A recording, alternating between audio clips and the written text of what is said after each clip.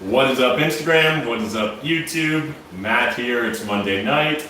Presumably you guys know what's up. Presumably you've been here before, but in case you haven't, let me just get this. I think YouTube, you guys look like it's just a little bit cut off. Go a little bit like that. There we go. Awesome. So yes, what is up, Instagram? What's up, YouTube? Monday night, chilling in the bathroom. You guys probably know what's up. I'm gonna smoke some weed in a little bit. You're welcome to partake as well, or not. You do you, whatever you feel like doing. Tonight, I think I've got Pink Kush, is what I'm gonna be smoking, so we'll get into that in a second. Otherwise, feel free to jump in the comment section, hit me up with any of your real estate investing questions, any general investing, business stuff, all that good stuff. Essentially, this is just kind of an ask me anything, so feel free to jump in there, ask your questions, I'll answer some, we'll smoke some weed, we'll have some fun, that'll be that. Otherwise, thought I'd give a shout out to Rebecca. She gave me these socks. So one, I don't know if you guys see our promotional material on Instagram, but this looks like literally the exact thing we use on the promotional material, so that's cool. And let's jump into it.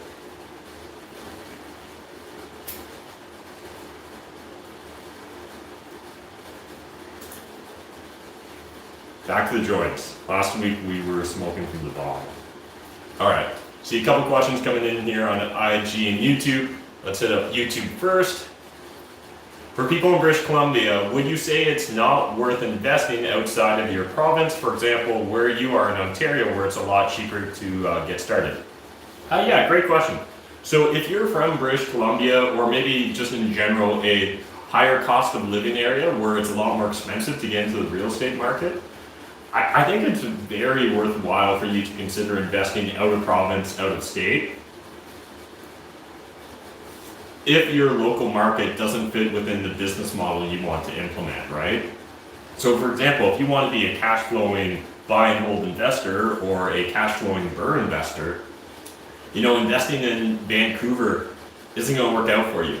It's also not going to work out well for you in downtown Toronto or most of Toronto either. So first things first, we really need to know our business model and take that into consideration when thinking about what market we want to invest in. And if you guys haven't checked out on Cashflow Tribe, I go through this regularly with a lot of our newer members. But in essence, in my opinion, you need to start off with your why. Once you know what your why is, then you need to develop a SMART goal that will achieve the why. Once you know the SMART goal that will achieve the why, then you're going to pick a strategy. Once you pick the strategy, now you're going to pick a market. And so, for example, if you've decided that the strategy you want is cash flowing rental properties, yeah, why not invest in Windsor? For example, we've got a Anoop from my inner circle mastermind group, the council, and Anoop actually, he lives in BC, buys and invests in Windsor. And so he was actually doing that even before he met myself and Ben, but he's continued to do so after connecting with us. So I'd really encourage you, if you're thinking about investing out of province, no, it absolutely can be done. You just need to find the right power team members to help guide you, provide you counsel, and make sure you've got a great property manager, a great handyman, things of that nature. And there's really no reason why you shouldn't be able to invest out of province or out of state if you need to, if say your local market doesn't satisfy your goals as an investor. At the end of the day, the reason a lot of us want to become real estate investors is so that we can generate passive income. So at some point in time, whether you invest locally or afar, you're going to want to be able to outsource the day-to-day operations and management of it. And if that's true, then it really doesn't matter whether you live next door to your properties or whether they're 1,000 miles away. That being said, I understand that it can certainly be intimidating thinking about investing from afar, being a long distance investor. The first thing I would do is try and connect with other long distance investors in your market, right? And try and understand what were their common mistakes and foibles, who are their service providers as well, if they're willing to give you recommendations and referrals. And then also I'd be looking to connect with local investors as well in that market or region. And so I know a handful of investors that really what they focused on doing is specializing in getting to JV with a local boots on the ground investor And let's say they're doing that with someone in London or Sarnia or Windsor, and then maybe they're living in Toronto, Montreal, Vancouver, one of those major high cost of living markets.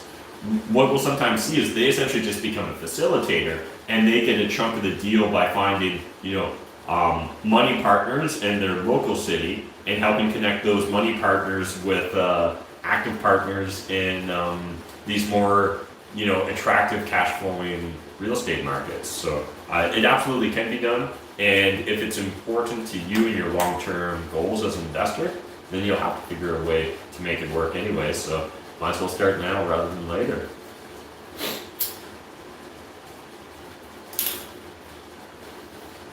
All right, let's see what else is going on here on YouTube. Appreciate the 7 people that smashed the like button, even though there's 32 of you watching.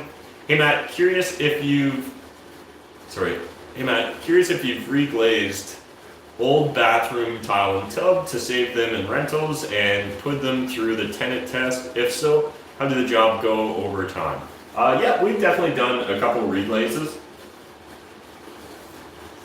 I think I've had a set of bathrooms in one of my lower cost units that the guy that did it, I think the property manager hired based on price and not much more, so wasn't overly pleased with the results there. But we've also done it with some of our nicer units, and it turned out great. So I think, like a lot of things, really comes down to your local supplier. But as long as you get someone that does it right, I think reglazing that old tub and tile, if otherwise it's in great shape, can be a very affordable, easy solution. At the same time, sometimes it's not that much more expensive to actually go all new. So I know we're currently renovating a bunch of bachelor apartments in a new apartment building we just bought. And I'm pretty sure, well, I guess this is kind of weird, but I'm pretty sure it ended up being that it was going to be faster to literally install a new bathroom, like a new tub and surround, than to wait for the reglazer because they were so booked. So again, sometimes it's a matter of convenience for us because speed and turnover is a very important part of our business model.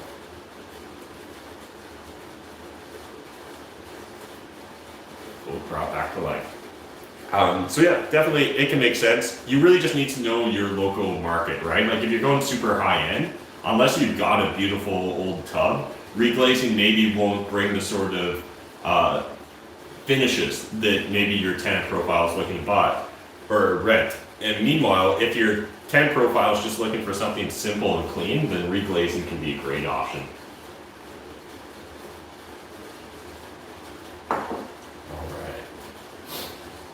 Question, will the prices drop next year once people get evicted in the US?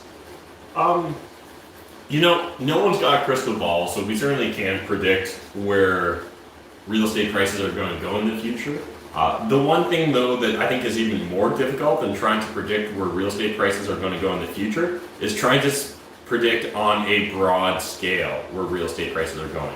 So I think it's a lot easier to predict real estate prices if we're talking about a very specific niche or a very small market of real estate.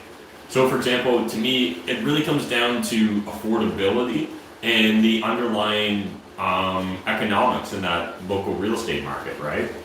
Here in London, Ontario, am I concerned about rental prices dropping and evictions skyrocketing? Not really, because pre-COVID, we had very low vacancy rates. We had a lot of pressure on rent prices, pushing them upwards because of that low vacancy rate.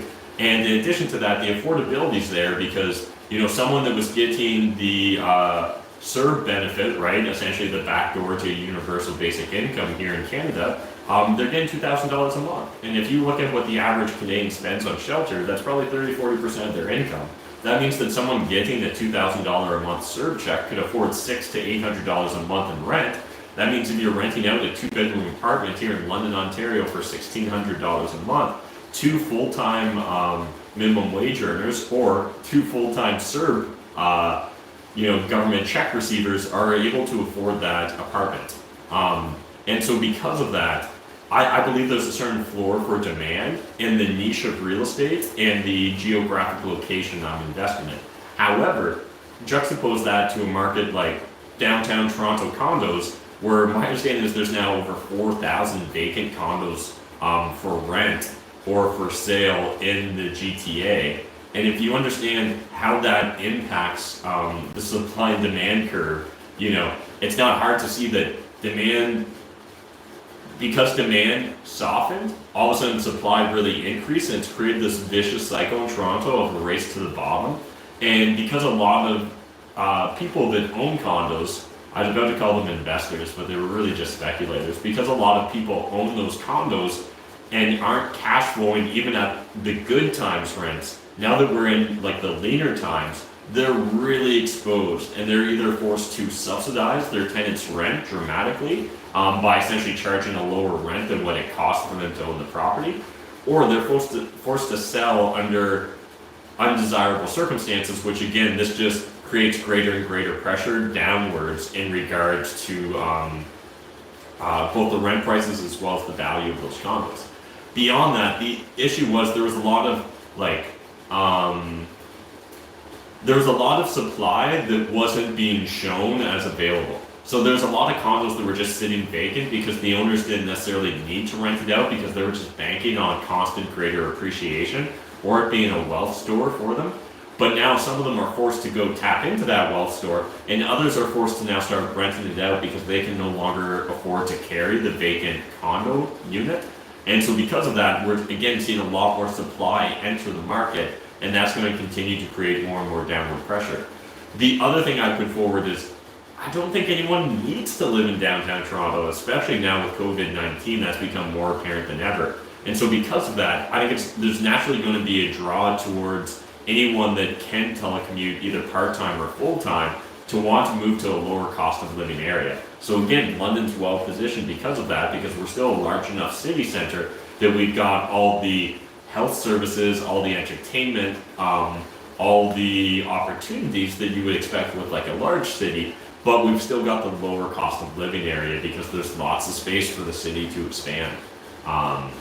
So yeah, when we're talking about will prices drop dramatically in the future once evictions are allowed, definitely in some markets, I'd imagine we'll see a lot of significant pressure on prices downward. But at the same time, we could see a lot of markets stay even keel, or even some markets continue to increase in value. Now, if we're talking about like crazy ass black swan events and it's the end of the world as we know it, yeah, that shit'll fuck up any business model. So real estate's no exception to that. But real estate's one of the more resilient, robust business models out there, especially if you're investing for cash flow. And that's really the difference in investment philosophy between myself and what you'll see a lot of real estate influencers in, say, Toronto or Vancouver pushing towards their audiences. Cash flow is king in my world. Do you need a real estate license for the BRRRR method? No, you definitely don't need a real estate license for the BRRRR method. Hey Matt, do you use private lending for your deals? What's the benefit of using private money versus A lenders? Also, do you have you considered becoming a private lender yourself? Yeah, Justin. So we definitely use all kinds of private lending on my real estate deals. So like when we're buying apartment buildings, we're using, B and private lenders. We're going to hard money lenders for some of the renovation funds. There's a lot of different moving parts in that business. So yeah, absolutely, we're constantly borrowing private funds. Private funds usually are going to come at a higher cost, right, than A lenders. Most people in my space, what they're often going to do is finance the initial acquisition of the deal with private lenders and B lenders and just the higher cost lenders in general. Then they're going to stabilize or improve the asset, and then they're going to try and refinance out to a B lender or an A lender. And so that I'm really no different with like our apartment buildings. We buy an apartment building, stabilize and improve it, increase the rents, increase the net cash flow, then go to a lower cost lender, like an A lender, and try and refinance it out, pull out the money we put in, go buy another property, finance that with a private lender, rinse and repeat. And we're essentially just doing the BRRRR on a larger scale with apartment buildings. So yeah, definitely use private lenders. The reason people use private lenders is for a multitude of factors, but the biggest ones are going to be that's their only choice. the property is not in like living condition, right? So a lot of A lenders won't lend on a property if it's not in living condition, if it doesn't have a bathroom, if it doesn't have a kitchen. Most lenders would not consider that livable condition, so they're not going to lend on the property, or they're not going to do it at a decent loan to value. So because of that, you're just going to struggle to really be able to finance much of it if you don't go private. Beyond that, speed can also be a factor, right? So A lenders take a long time to cross their T's and dot their I's compared to a private lender. Like, there's certain private lenders that within 24 or 48 hours, they can have your deal funded and be ready to close. Now, those guys usually aren't cheap. There's a reason why that convenience is expensive, but there can be a big convenience factor with dealing with those private lenders. As well, private lenders just won't have nearly as strict a criteria. They're almost always lending on the basis of the deal and the underlying property rather than the individual borrower. Now, that doesn't mean that they'll lend to you on a property where you don't have a sound business model. No one wants to lend money to a fool. But as long as you've got a business model in place, as long as you've got some skin in the game, as long as there's some sort of safety for that private lender, there will almost always be a private lender for any deal. Where A lenders are really just designed for retail buyers and retail investors, right? The true investor really has no place with an A lender unless it's just to refi out once you've stabilized your assets. So yeah, it's something that as your sophistication grows as an investor, the greater your comfort level will grow with private lending and paying a higher interest rate. Understand, usually I can tell the experience level of an investor based upon whether one of the first things they start talking to me about is their mortgage or their interest rates. Because like none of that stuff just really matters in the big scheme of things. What more interesting conversations will naturally tend around in regards to real estate will be interesting deal structure, creative terms that you used, or potentially how you were able to line up a sequence of events or deals and really orchestrate that. That's usually what I find the higher value conversations are going to be. So yeah, kind of forgot we were smoking weed.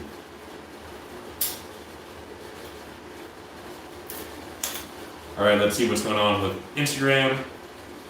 Why are house prices increasing so much for new construction?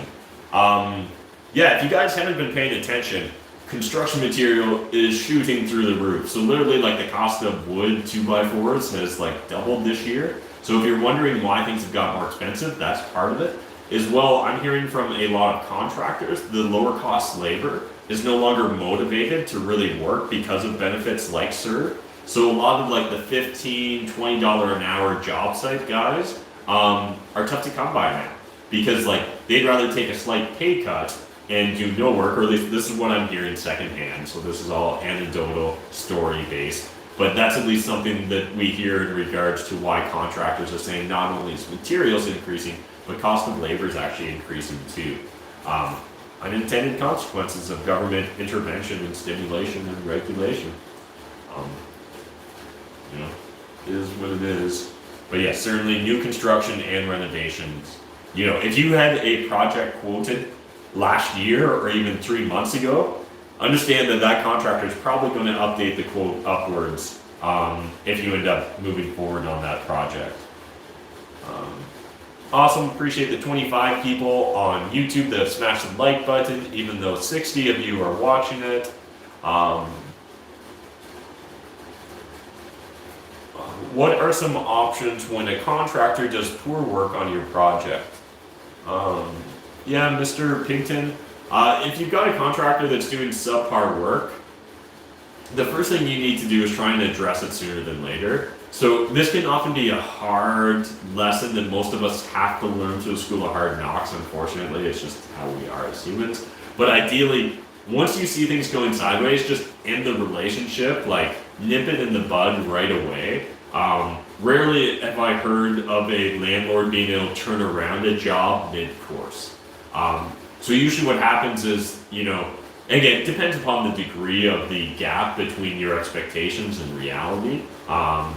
And obviously making sure that you had realistic expectations in the first place. But if they're doing really subpar work, if they're really behind on deadlines and stuff, hopefully you didn't pay them all up front. That's usually the first mistake that we're going to see new investors make. You always want to hold back a significant portion of the money. So you should have never paid for more work than has been done on a project. And in fact, you should always be like, there should always be a little bit of exposure on the contractor side so that they have an incentive to want to wrap up and finish that final punch list. At the same time, if this is your first time being involved in a construction project, understand that they can often have like 60 to 90% of the work done and it looks like nothing's happened.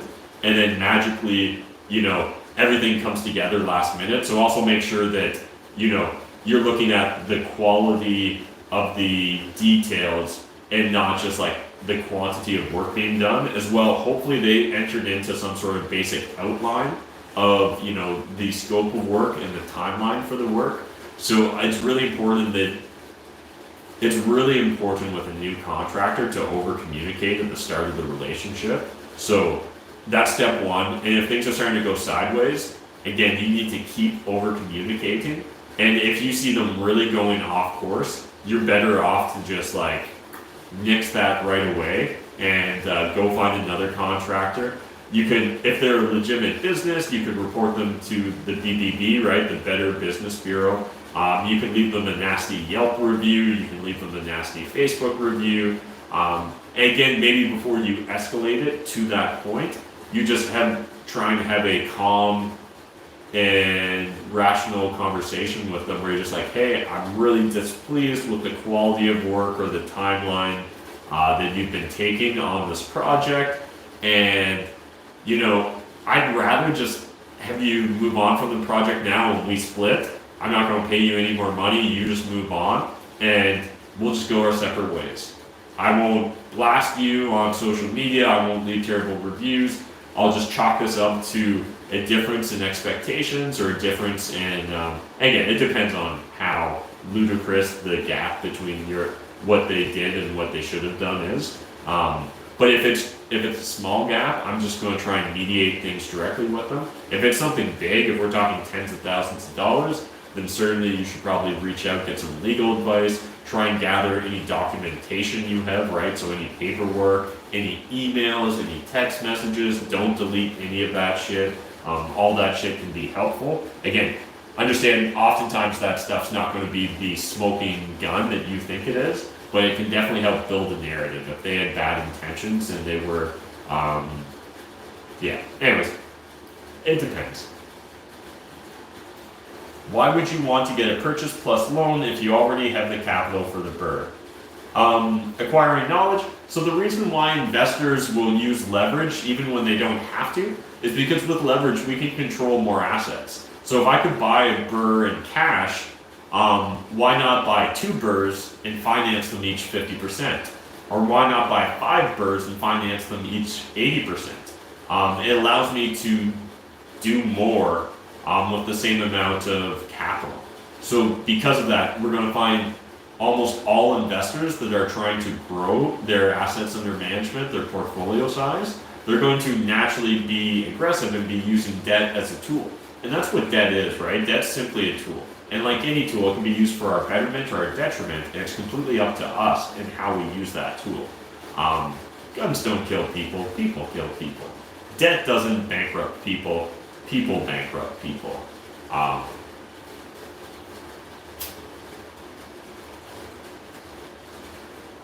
might make that into a TikTok. All right, let's see what's going on YouTube. Super cool that we've got almost 80 people watching this live stream. Where's some, we just did that one. What do you do when you want to buy a property with a tenant of 20 years that is underpaying? Charlie, I'm going to make that the seller's problem. So usually what we're going to do is highlight to the seller what the cost of selling us this property at below market rents is to them. So in essence, let's say, let's say it's dramatically under rented and I could increase the rents by $1,000. Well, if I'm using the 1% rule, if I can increase my gross rents by $1,000, that means that that property is worth probably another $100,000 to me if I can get that unit vacant. So with that underlying assumption, I might make an offer to the seller and be like, hey, I'll give you this price. Let's arbitrarily say, I'll give you $200,000 as is with your existing tenant, or I'll give you $250,000 if you give me vacant possession and I can go in and from day one go select my own tenants.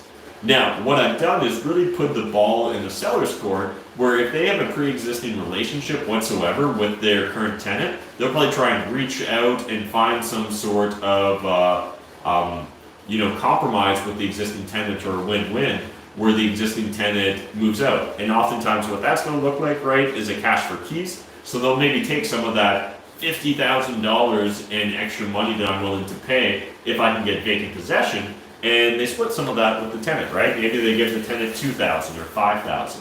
Really depends upon the difference in rents. If it's going to be $1,000 bump, I would expect it's probably going to be more than $5,000. Maybe they give them $10,000 or $20,000. And again, what's nice about that is if I make my purchase conditional upon vacant possession, I'm really in complete control. Where if I buy the property, close on it, and then try and get the tenant to move out, there's technically nothing I can do, right? The tenant's within their rights to just stay there indefinitely, at least depending upon your local rules and regulations. But here in Ontario, as long as they stay in good outstanding, right, they keep paying their bills and they're not causing real damage or real trouble to the neighbors, they can just stay. So again, under those circumstances, I'm going to make it the seller's problem and really try and incentivize them to find a solution with the existing tenant. If not, I'm going to ask the seller for permission to start talking to the existing tenant and see if there's some sort of opportunity or compromise. Maybe I can move them into a unit in one of my other buildings. Maybe I can fix up one of the units in this building, get them to move into that new unit and pay a slightly higher rent, maybe not fair market value, but still bump them up a bit because they're getting a nicer condition or newer amenities or something to that effect. So again, that's really the lens that I'm going to be viewing that sort of situation through. Your content is dope, man. Still working on the SMART goals. Originally, I got caught up in my preferred market first. Awesome, man. That's great to hear. I really think that is important, is really just focusing on getting those SMART goals dialed in. Build yourself a very clear roadmap. Then, based upon your SMART goals, pick the strategy and pick the exact market you want to invest in. Because if you go about it the other way, it's going to lead to a lot of frustration for most investors. So trust me, there's a reason I lay it out that way. If you guys are interested, you can check out on the cashflowtribe.com website. We've got an entire course where I just teach how to really figure out what your why is, as well as what your SMART goals are. And then we go through a couple examples of, say, one of your SMART goals was make $5,000 a month in income. Then I really walk you through that. And so if you guys saw my video that I think dropped on Saturday, we kind of just went high level through that. In the course, I really dive a lot deeper into it. So you guys can always check that out. And FYI, if you guys didn't know, today we hit over 1,000 members on the cashflowtribe.com website. So that was super cool. And appreciate the 1,000+ people that have joined the website now and joined Tribe. That's absolutely amazing. And again, as the community grows, it's just getting better and better because there's more people sharing their experiences, sharing their perspectives, sharing their numbers.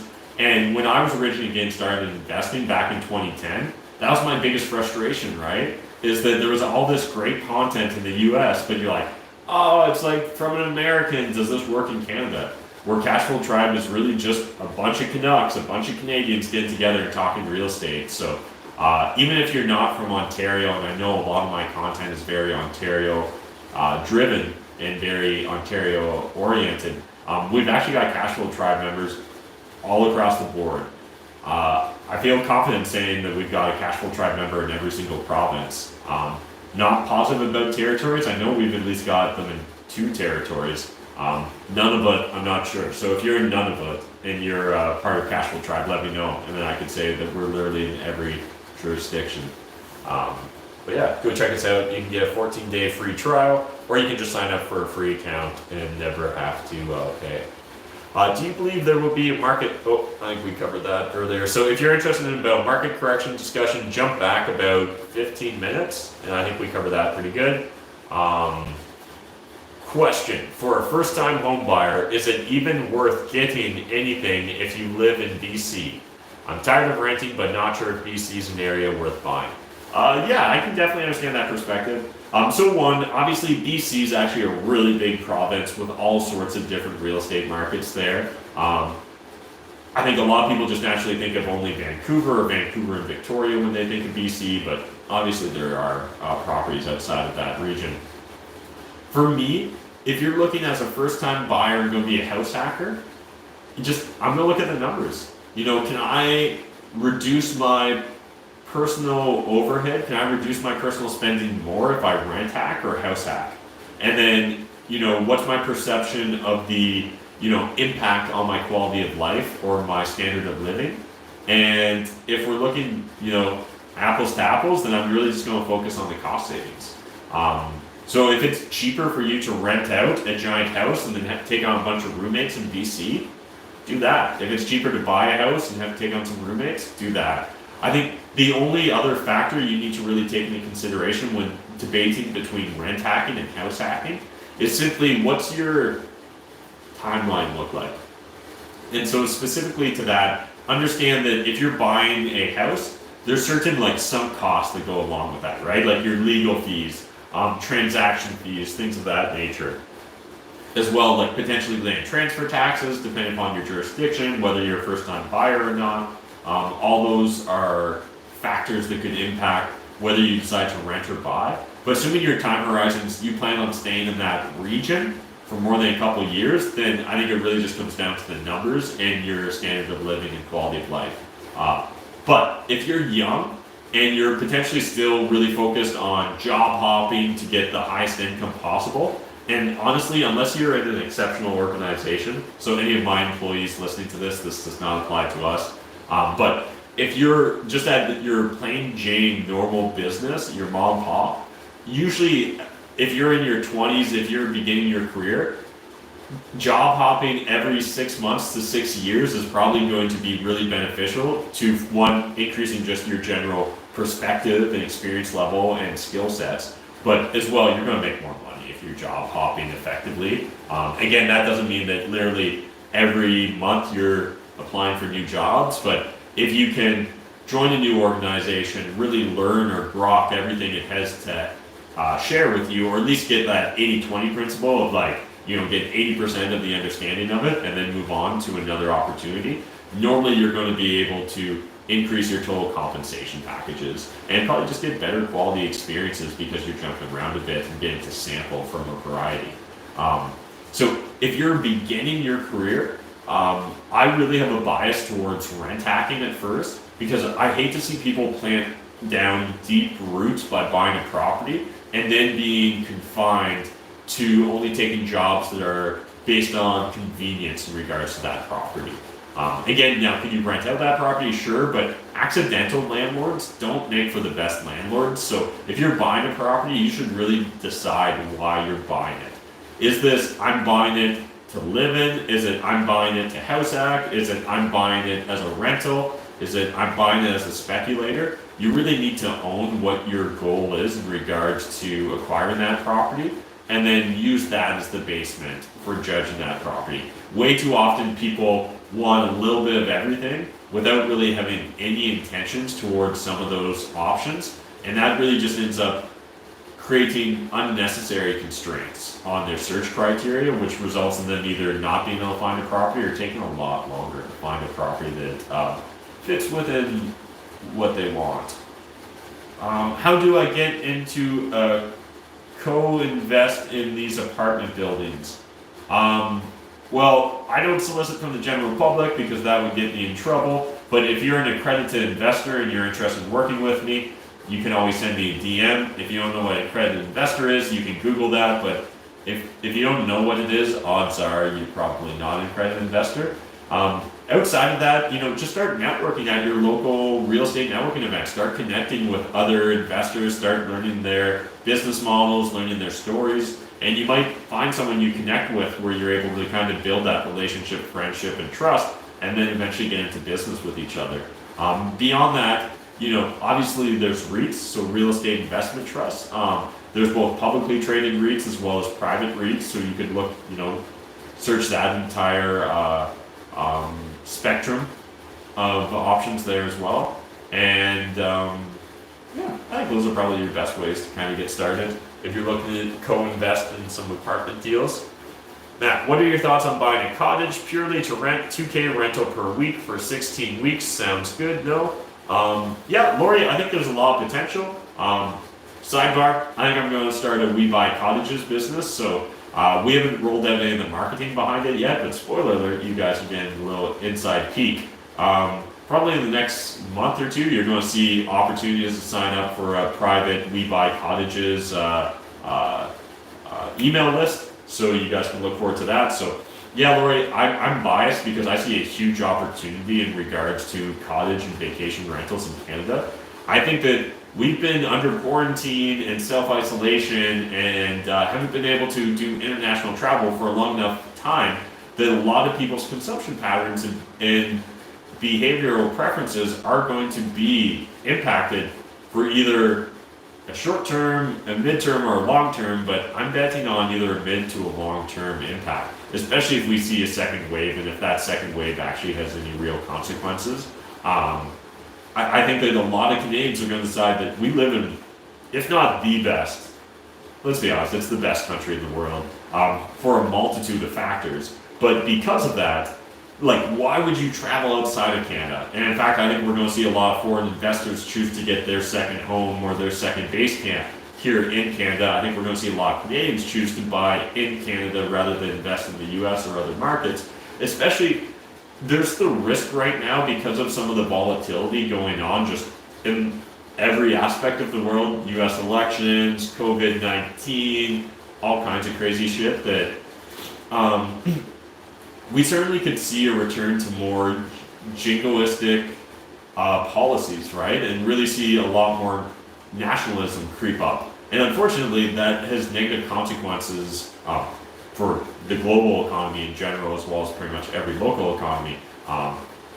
Free trade's a good thing, guys, trust me. But if we start to see that return to protectionist policies, again, it's going to make it more difficult for Canadians to take their money out of the country.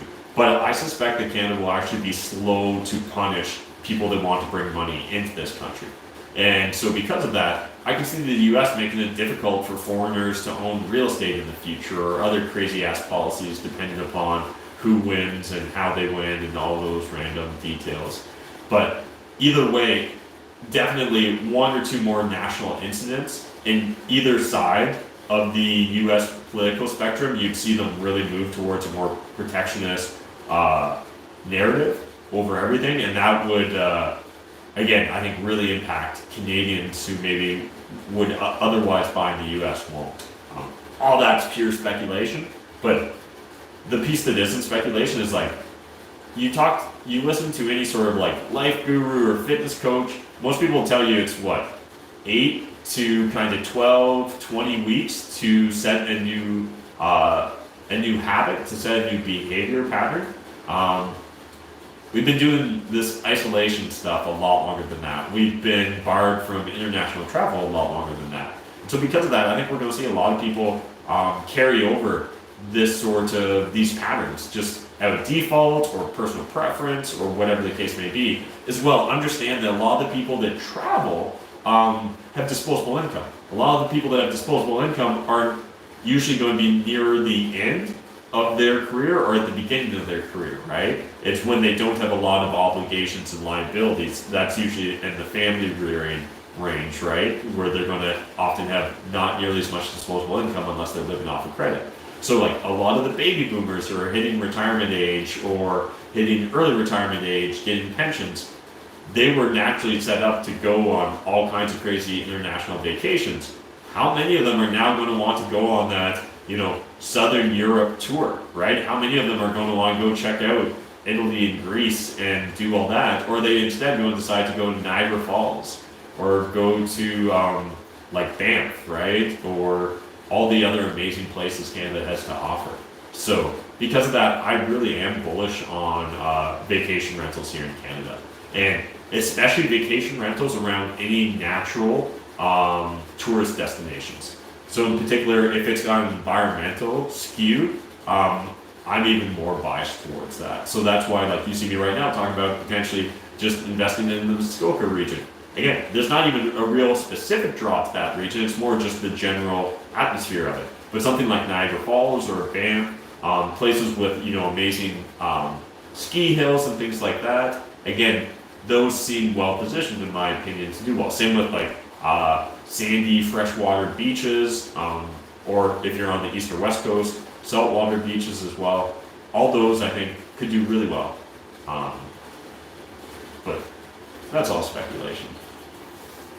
But definitely, if I could predict anything, it would be that things won't be the same, but they'll also totally be the same.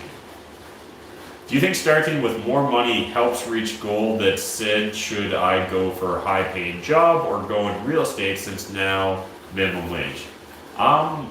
So if you're debating about whether I should get into real estate investing right now or whether I should go get a high paying job, the biggest factors there is like, what's your level of patience and what's your predisposition, what's your skill sets, things of that nature, right? At the same time, you could go get a high income job or position in a real estate capacity or a real estate adjacent capacity, right? So like things like you could become a mortgage agent, you could become a realtor, you could become an appraiser, you could become like a tradesperson, a contractor. There's a lot of different ways to make money in real estate. You could become a property manager. Now, property manager, I don't think you're going to get paid very well. I think it's one of the hardest professions, and it's certainly one of the hardest businesses to run well, in my opinion. But you can learn a lot by being a property manager. You can learn a lot by being a limited super. So again, if you want to get some of that hands-on experience, you can either pay, invest to do so, or you can get paid to do so, right? So if you find yourself with maybe not a robust skill set, not a lot of capital, maybe look at becoming a live-in super. That could be a great way to sample the landlord experience and property management experience while still doing whatever you're doing, like if you're a student or if you're trying to develop that high income skill set. All right, let's see what else is going on. Hey, what's up? Casey Wong joined here for a second. Hey, what's up, James? Matt, thoughts on Calgary? I just don't know enough really about Alberta and that entire market, so I know it's much more boom bust than we would experience here in Ontario. I don't like that part. Hey Matt, can you tell us how your property management company is performing? What are your projections in the next 5 years? So just to be clear, I don't have a property management company. Like I said, I think property management is one of the hardest businesses. I do have a property management software business, which provides software for landlords and small property managers. But I don't think that was what you were asking. But yeah, property management's a tough racket. And so the only, I've got property managers that work for me full time. I guess I should make a distinction, but they only work on my properties, right? So we've got one full-time property manager, one full-time contractor, and I think we've got now 2 full-time guys working underneath the contractor. So if you guys remember Tom from my YouTube channel, Tom Forsyth, he's now working with us, and he's really, hiring a quality person is just such a good decision. If I could really go back in time and give myself some advice, it would just be hire for skill and competency and the fact that you don't have to babysit them, and your business is just going to do so much better. For so long, I tried to be ultra frugal with my contractors and property managers, and it always bit me in the ass long term. Now, the times that I don't think it will bite you in the ass is when you've got a lot of time and ability to micromanage them. But for me, I'm a big picture guy. I want to go start the next business. I never want to babysit this business. And that's true of whatever business I happen to be in that exact moment. I always want to go chase the next thing. And so knowing that in myself, it means that I just need to hire really quality individuals into these key positions where I can trust them to take real ownership over a project or an opportunity and run with it.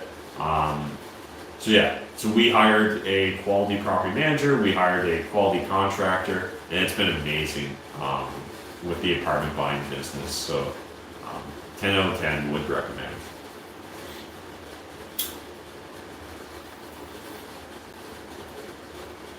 But obviously, based upon that, you can tell a certain level of my internal bias, right? I think it's hard to find quality property managers and quality contractors. And so naturally, I decided to insource because that's the only way I could see really building a scalable business in my current circumstances. So.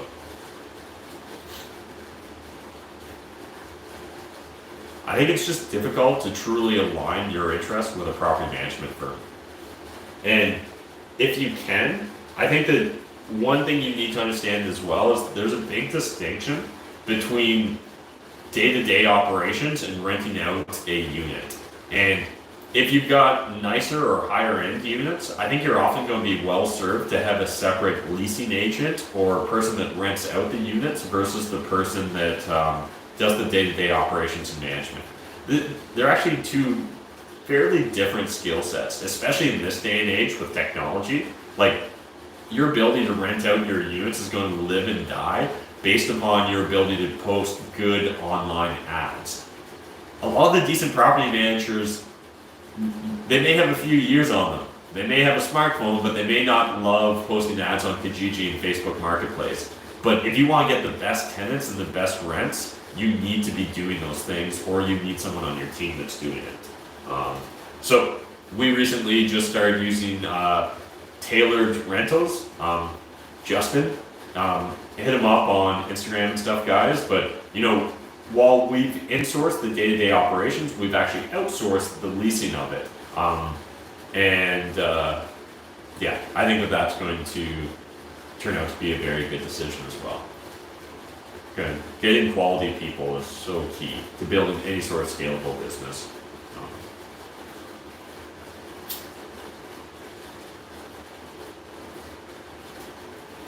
Right, let's see what else is going on here. YouTube, really cool that there's 88 of you watching, but it'd be even cooler if the fact that there's 92 of you and I had 92 likes rather than the 43 I currently do. Just saying. Are you worried about vacancy in student rentals because of COVID? I'm looking to buy a property near a university. Yeah, Nicholas, I don't think that we can completely ignore the implications of COVID on student rentals. Had you asked me pre-COVID what my thoughts were on student rentals, I'd be like, yeah, they're good. I think you're solid for the next 5-10 years minimum, because I don't see universities embracing online education anytime soon. Now, turns out a global pandemic will change your perspective as well as most universities' perspectives on online education. So actually with student rentals pre-COVID, my biggest concern was whether we had a student debt bubble and whether kids would continue to be able to afford to go pay for stupid expensive education that really gets them nothing, and whether that would continue to just be like a social passage of rights. Seems like it would have been on that trajectory had it not been for COVID. Now that COVID's happened and they've been forced to embrace online education to a certain degree, I don't know. I still lean towards the teachers' unions are very powerful, and I think they'll always have a bias towards in-person learning, or they at least will until they don't. And when they decide to make that policy as a union, that they'll probably flop hard in the other direction, but that's kind of my general thought. So I pay a lot of attention to the individual school even that you're looking at investing in, right? So there's certain fields of education that I think will be slower to adopt a pure online approach. Medical, lawyers, especially anything with really powerful trade unions around it, right? So like doctors, lawyers, potentially even accountants to a degree, though I don't think that would necessarily be that justified. But those are or anything that's hands-on, right? So the physical trades. I think we'll see those still continue to be popular in-person learning experiences, agricultural schools, things like that. Whereas the schools that teach a lot of like soft skills, like marketing, things like that, I don't see why you would have to teach those in person, or why the bulk of those studies would have to be. So those would seem more likely to be the schools that would get impacted first, in my opinion. But again, no one's got a crystal ball, so no matter what, like, there's no perfect answer to this question. The only other factor that I would offer for consideration is, what happens if student rentals disappear in the specific market you're looking at? Here in London, when we were buying our student rentals, we were often buying for like $200,000 to $250,000 for like a 5-bedroom house back in 2010 to 2012. Now, when we were paying around those prices, we could have probably pivoted and rented out those $2,500 a month student rental properties for maybe $1,200 to $1,600 a month plus utilities to like a normal family. So what that meant was, it wouldn't be ideal, but we would have still been break even or slightly cash flowed. So with student rentals these days, and with Airbnbs always, I really like to look at what would happen if this niche of investing or rentals was to disappear. What does my pivot look like? And so if your pivot looks acceptable to you, then I'd say go for it. Or if, say, you're in a really high demand neighborhood, like say you're in an extremely urban environment, right, where houses are just expensive regardless of whether it's a student rental or not. Like, if that house sells for $1 million, whether it's a student rental or a single family home, again, that's going to give me a bit more confidence, because if online education just sweeps across the nation and replaces in-person education, well, at least I can pivot and sell the property and cash out. Where if you're in a market that really lives and dies by student rentals, I'm going to be a lot more cautious about moving into that asset class at this point. Same time, because I'm going to be cautious and a lot of other investors are going to be cautious, it also presents you with a lot of opportunities. So just because I may think something's too risky or doesn't have a high enough return for myself, doesn't mean that it's inherently a bad decision for anyone else. Different strokes, different folks, all that good stuff.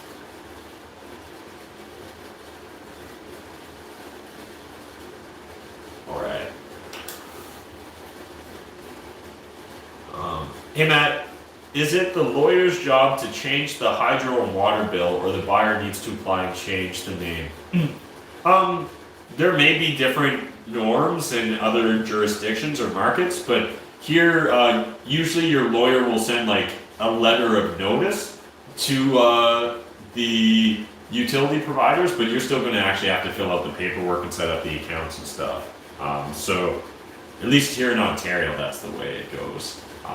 So yeah, and I've definitely had those embarrassing stories where you forgot to turn on like the utilities. We forgot to tell Union Gas that we bought a house, and they eventually just turned it off, apparently, if you never reach out to them. It was a real pain in the ass, but it only took like under 48 hours from pain in the ass to resolve. So it was one of those things where actually I probably learned the wrong lesson from that feedback loop, and I was like, okay, this didn't have serious consequences. We should all just have a standard operating procedure for when buying a new property. That's why I don't take care of details anymore.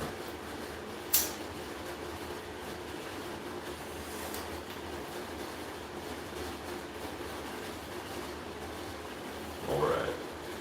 Hey Matt, I'm 19, just bought my first Plex. I want to keep going, but need more money to keep going. Would you advise flipping a property and using the property to buy more multi-units? Hey Jaden, so it really depends upon what your long-term goals are as an investor. That being said, I think for a lot of investors at some point in time, they're going to have to get comfortable using OPM or OPR, other people's money or other people's resources. And whether you decide to do that this year or next year or 5 years from now, understand at some point in time you'll want to do that. The way you're going to tap into other people's resources is usually one of two paths. You're either going to start taking on partners, joint venture partners, and sharing some of the proceeds and profits, but you'll likely take on an active role, they'll take on a money partner role, they'll essentially qualify for the mortgage, bring all the money for the renovations and the down payment and that shit. You'll find the opportunity, you'll do the day-to-day operations, or you'll manage the person that does the day-to-day operations. Or on the flip side, you'll start using like private and hard money lenders to be able to really scale your portfolio. Now, you can try and build a flipping business to help you buy more multifamily properties, but understand that literally what you're trying to do is build another business to build a business. So it'd be like, hey Matt, I don't got the money right now to start a convenience store, so should I start a Subway franchise so I can make the money to go, buy my convenience store? I'd be like, well, if you want a Subway franchise, sure. But if you're only focused on that convenience store, it may not make sense. So again, either way, at some point in time, you're going to want to tap into other people's resources. If you're only ever going to use your money for investing, most investors find themselves constantly squeezing themselves too tight and really putting themselves, like, when you only use your money, there's always another deal. So you're eventually going to run out of your money. As well, you're going to start wanting to do bigger and bigger deals, and so you keep tapping yourself out. And I've been there, done that, got the t-shirt. It's so much better to just like embrace either private money or partners and really start scaling your business rather than handicapping yourself. The same way that, to me, I didn't realize it at the time, but I really handicapped myself as an investor by only taking advice from A lenders for the first 5 years. So I was really just listening to what CIBC Bank told me, and they weren't like telling me about private lenders or B lenders or credit unions or all the other ways that I might have been able to get access to leverage and debt so that I could have scaled my portfolio faster.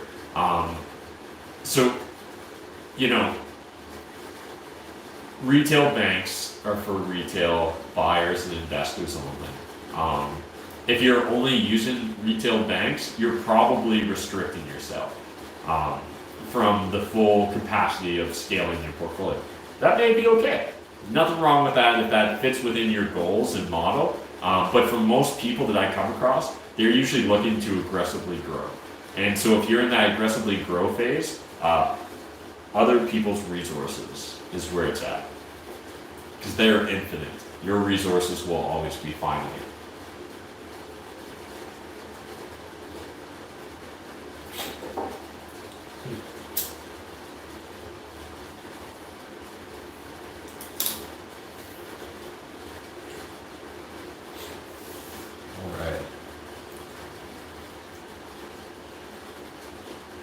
Do I think BRT in London will appreciate home significantly? No, I don't.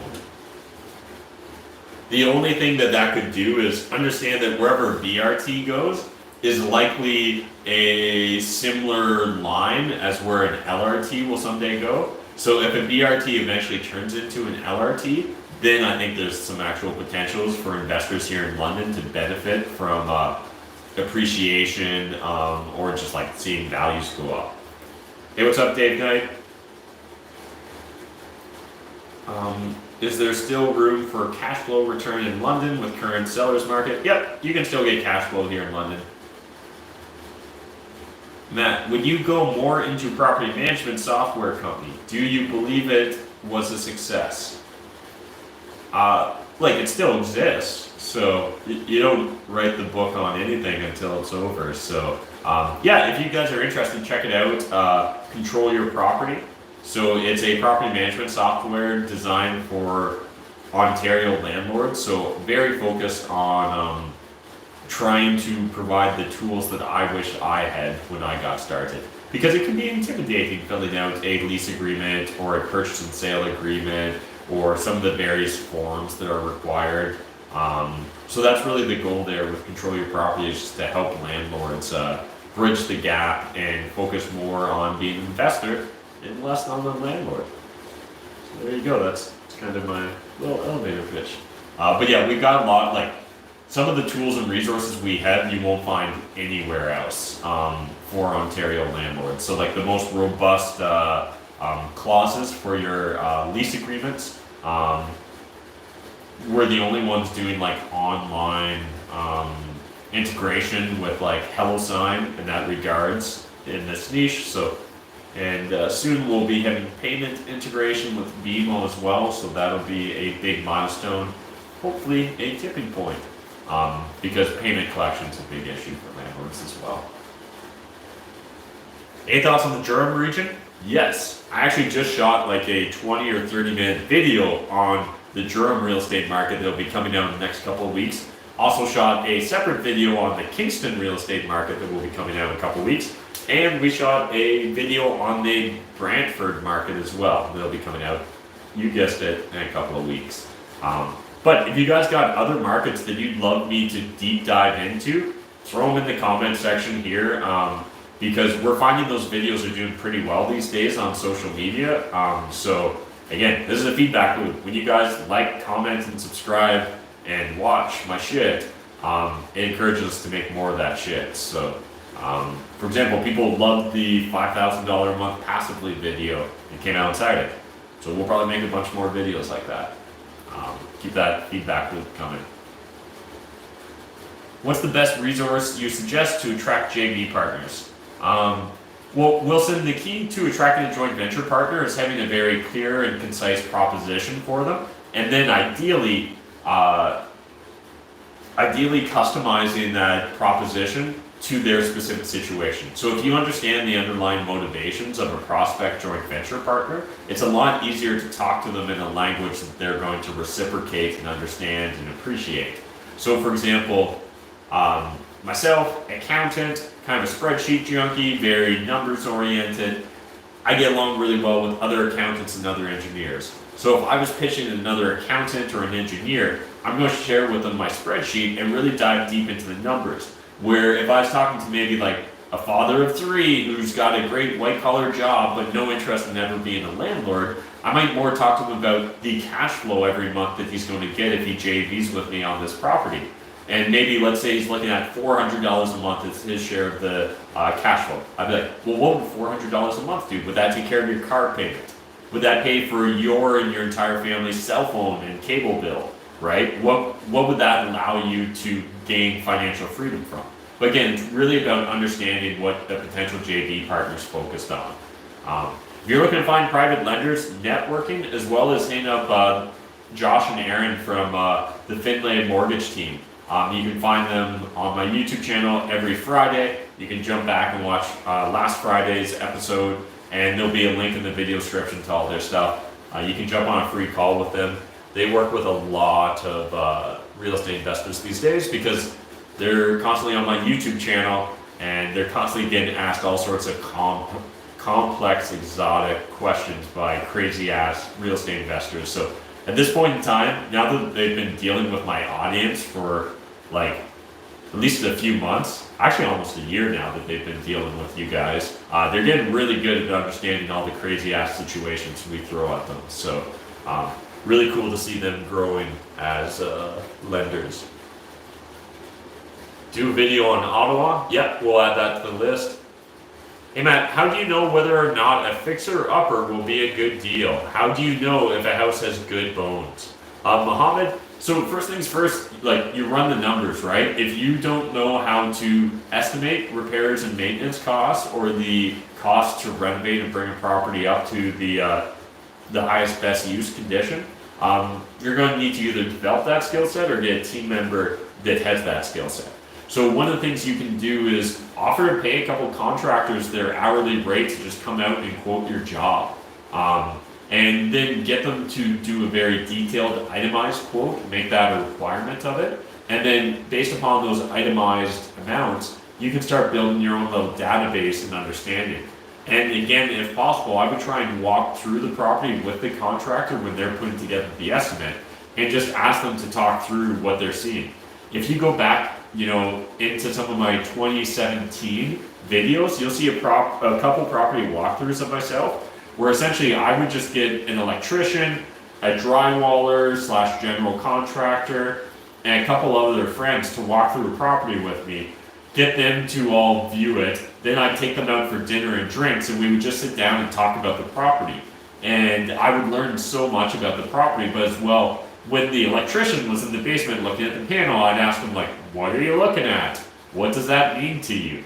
Right? And he's like, oh, this is so messy. I'm like, why is it messy? He's like, well, there's no staples here, and this, that, and the other, and nothing's labeled, da, da, da. And we'd be like, oh, this is a piece of art. I'd be like, why? And he'd be like, oh, look, see how neat and tidy it is, everything's stapled and labeled perfectly, da, da, da. And again, you just slowly start to pick these things up. Now, if you have no interest in developing that skill set, that's also fine. And you can simply focus on finding the right power team member that can consistently quote your projects for you so that you can make sure you're getting accurate estimates. And then you just run the numbers, right?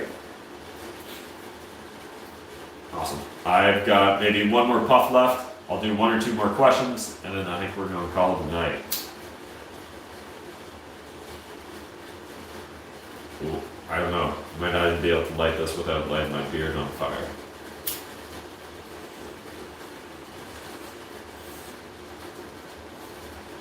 Alright, a second there. I maybe lit myself on fire, but we're all good. I love Brantford, but I'm totally biased. But you'll see that in the upcoming video coming out on the Brantford real estate market. So it's the Finlay Mortgage Group. Just go check my videos every Friday. They're on the channel. Link to all their info in the description. Hey, given where the condo market is right now, with people looking to sell, where would you look to find the most undervalued units that have the most potential to renovate and flip for profit in the GTA? Well, Andy, obviously, like, if the market's softening right now,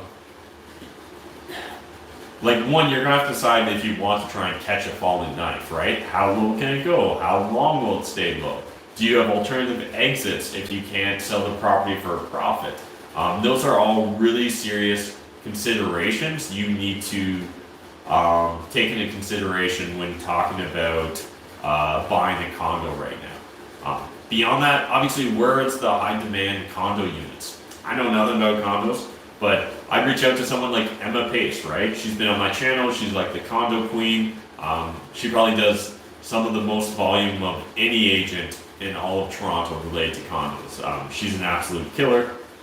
Hit up her. I think her Instagram handle is still Pace of Base. So that's Paceof Base. So hit her up there, and yeah, she'll probably be able to give you insights. But otherwise, like, reach out to other local experts right on that market. Jazz Tacker, he's been on the channel once or twice, and we've done some IG lives together. He seems to know what he's talking about when it comes to condos. I think he does a lot more new builds, where Emma does a lot more downtown stuff.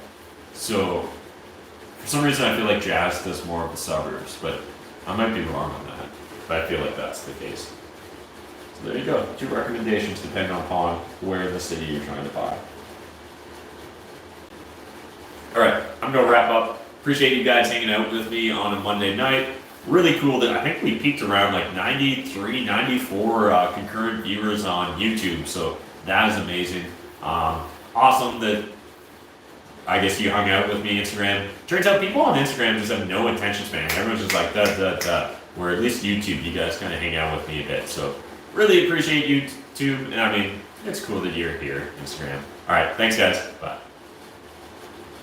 We'll answer one more question for YouTube. Maybe we'll do a couple because I see Bitcoin. I think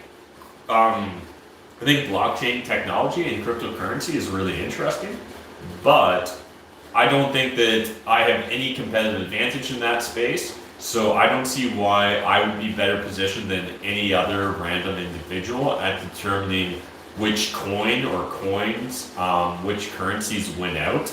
And so because I don't see any advantage, I'm not going to invest into it. And the other thing is, if Bitcoin or cryptocurrency in general is supposed to be a means of exchange, a store of wealth, I understand that in theory there's currency traders and stuff, but like in practice, other than for the purpose of just perfect arbitrage, there really shouldn't be all that going on, right? Like, it's kind of a hard currency in my opinion, where it's supposed to be more a representation of something like a gold or a silver because it's rare. It can't just be easily released.